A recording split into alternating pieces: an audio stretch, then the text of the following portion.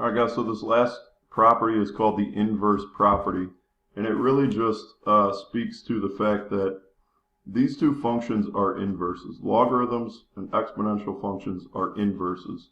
And what we mean by inverses is that they essentially undo each other. They undo the effects of whatever the other one is doing.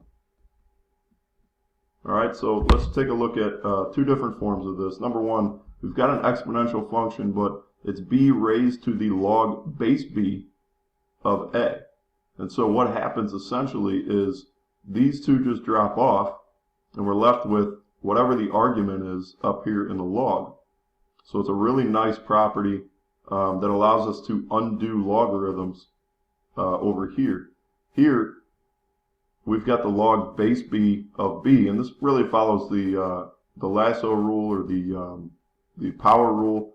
But essentially what happens is if we take the log of the same base of this exponent that we're raising to a power, it's just equal to whatever the exponent is. So that's the inverse property, and it really just has to do with the fact that exponential functions of that base undo logarithms of the same base and vice versa. Alright, so let's see, hopefully we'll make sense of this as we go through. So here, essentially what I can do is I know that 5 to the x equals 12, so I know if I take the log of both sides with that particular base, log base 5 of 5 to the x, whatever I do to one side, I've got to make sure that I do to the other side. Here we know, based on the lasso rule, or the power rule, I can take this x and move it in front. So that becomes x times log base 5 of 5. That's equal to log base 5 of 12. And then log base 5 of 5 is just 1. So I now have an explicit answer for x in this particular case. And I did it by using the inverse function, by essentially undoing this exponential function with a logarithm. So that's one way that we can handle this. My suggestion really is that anytime you can, work in what we call natural logs. And if you don't know what a natural log is, basically a natural log is just equal to a log with a base of e. And e is just a constant. E is just a constant that's equal to 2.71 something something something.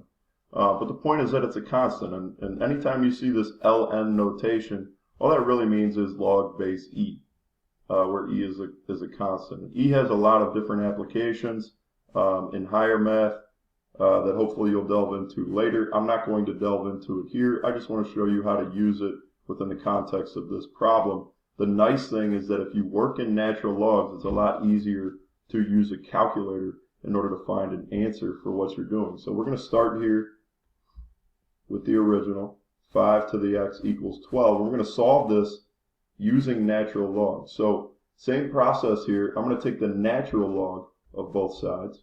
So natural log of 5 to the x equals, and whatever I do to one side, I've got to do to the other. So I take the natural log of 12 on the other side, use that lasso rule or the product property to get x times the natural log of 5 equals natural log of 12. And divide by natural log of 5, and you isolate your exponent. So what we're left with is x is equal to the natural log of 12 over the natural log of 5. And what we have here is equivalent to this expression up here.